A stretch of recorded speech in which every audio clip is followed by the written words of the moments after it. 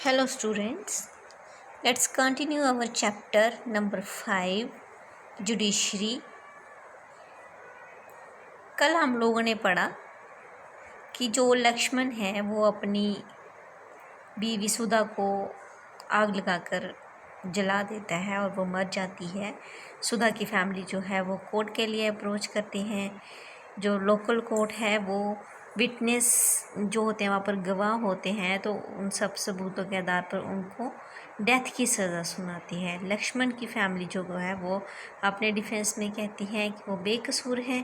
वो high court में approach करते हैं तो हाई कोर्ट जो है उनको बेकसूर जो साबित करके रिहा कर देती है। लेकिन सुधा की फैमिली कहती है कि नहीं, ये दोषी हैं। वो सुप्रीम कोर्ट में अप्रोच करते हैं। तो सुधा की फैमिली जो है जब सुप्रीम कोर्ट में अप्रोच करती है तो वहाँ पर फिर से वकीलों की दलीलें सुनकर ये नतीजा निकाला जाता है कि लक्ष्मण और उसकी फैमिली ने सुधा को आग लगाकर जलाकर मारा है और न्याय देते हैं सुधा की फैमिली को, और लक्ष्मण और उसकी फैमिली को पूरी ज़िंदगी की सज़ा सुनाते हैं। लाइफ इम्प्रिजमेंट होती है, जेल, पूरी ज़िंदगी जेल में रहेंगे वो। आज हम लोग पढ़ेंगे does everyone have access in the court. क्या हर कोई कोर्ट तक एक्सेसिबल है, वहाँ तक जा सकता है। In principles all citizens of India can access the court in this country. सिद्धांत के हिसाब से, कॉन्स्टिट्यूशन के हिसाब से हर एक सिटीजन जो है इंडिया का वो कोर्ट जा सकता है। This implies that every citizen have a right to justice through the court. इसका मतलब ये है कि हर एक जो नागरिक है वो कोर्ट जा सकता है इंसाफ पाने के लिए। एज यू रीड अर्लियर, जैसे कि हमने कल पढ़ा था सुधा की एग्जाम्पल, तो वो न्याय पाने के लिए कोर्ट गए थे, जिससे कि हमारे फंडामेंटल राइट्स भी प्रोटेक्टेड रहते हैं। If any citizen believe that their rights are being violated, अगर किसी भी सिटीजन को ये लगता है कि उनके राइट जो हैं वो उनको नहीं मिल रहे हैं, या किसी तरीके से वो मारे जा रहे हैं, उनको सही तरीके से वो यूज़ नहीं करने दे रहे हैं, then they can approach the court for justice in the to be done। तो वो कोर्ट जा सकते हैं इंसाफ पाने के लिए। while the court are available for all, जो कोर्ट है वो सभी के लिए अवेलेबल है। In reality access to court has always been difficult for a vast majority of the poor in India. लेकिन रियलिटी क्या है कि बहुत सारे जो गरीब लोग होते हैं ना, वो वहाँ तक नहीं पहुँच पाते हैं। ठीक है। Legal procedure involve a lot of money, क्योंकि जो लीगल जो कानूनी तौर पर तरीके होते हैं ना, प्रोसीजर्स होते हैं, उसके लिए बहुत सारे पैसे लगते हैं। पेपर वर्क होता है as well as take up a lot of money time, और पेपर वर्क होता है और बहुत सारा समय भी लगता है। For a poor person who can't read and whose family depend on daily wages, the idea of going to court to get justice often seems remote. इसलिए जो एक गरीब इंसान होता है ना, जो रोज़ की मजदूरी करके पैसे कमाता है, तो उसके लिए बहुत मुश्किल हो जाता है कोर्ट जाना, क्योंकि कोर्ट जो है उसके लिए एक्सपेंसिव हो जाती है, महंगी हो जाती है। ठीक है। इन रिस्पॉन्स टू दिस, इसके रिस्पॉन्स में सुप्रीम कोर्ट ने एक मैकेनिज़्म निकाला था of public interest litigation PIL to increase access to justice. उन्होंने एक ये PIL निकाला था, पब्लिक इंटरेस्ट लिटिगेशन, जिसके तहत वो जस्टिस को, इंसाफ को हर किसी तक पहुंचाना चाहते हैं। It allows any individual or organisation to file a PIL in the High Court or Supreme Court on behalf of those whose right were being violated. इसके तहत कोई भी इंसान जो है हाई कोर्ट या सुप्रीम कोर्ट जा सकता है जिसको उसके हक नहीं मिले हैं या उसके हक मारे जा रहे हैं। The legal process was greatly simplified. ये जो लीगल प्रोसेस है, जो जायज़ चीज़ प्रक्रिया है, इसको बहुत ही सिंपल आसान कर दिया गया। And even a letter or telegram address to the Supreme Court or High Court could be treated as PIL. अगर हम लेटर या रिटर्न में कुछ भी सुप्रीम कोर्ट में भेजेंगे तो उसको भी बिल के तौर पर ट्रीट किया जाएगा।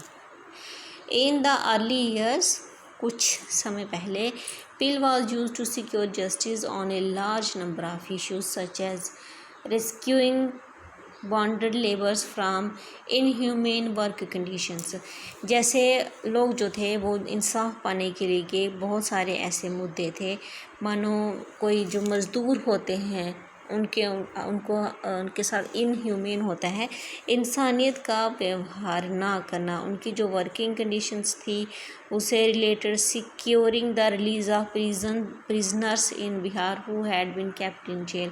और जो बिहार में प्रिजनर्स होते हैं जो सज़ा भोग रहे हैं, जो जेल में हैं, उनको भी सिक्योर किया जाए even after their punishment term was completed.